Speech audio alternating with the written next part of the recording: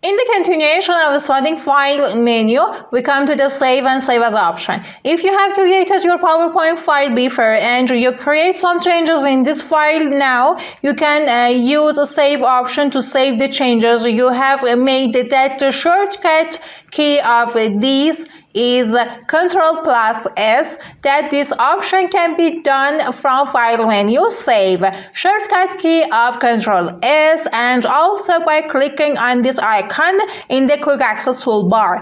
But if you want to start your work in PowerPoint software and if you want to create a new document in the PowerPoint, you should save with the Save As option in the File menu and shortcut key of Ctrl+Shift+S, then do your design. I click on Save As, such a window will open for you. Then you should click on Browse in order to open the Save As window, and in the top of that window, you can determine the saving location. In the file name section, you can give a name for it, and the most important part of Save As window is Save As type, that you can see the different formats of the output that based on your need you can select one. That by default the PowerPoint presentation is selected, that it will save your file with the PPTX format, but if you want to have the PDF from your slides, you can choose the PDF option. If you want to save your PowerPoint file with old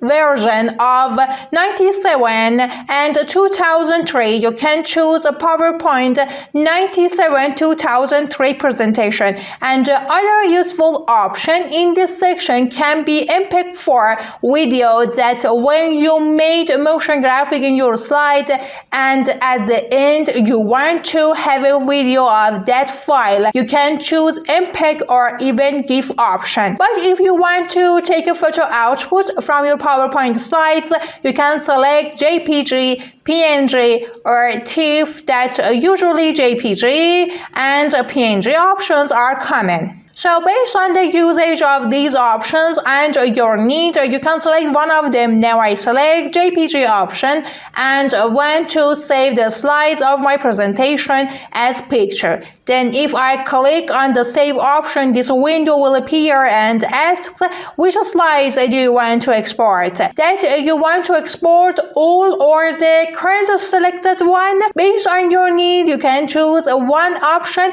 in order to save it. And this is the output of my PowerPoint, which I saved in with JPEG format.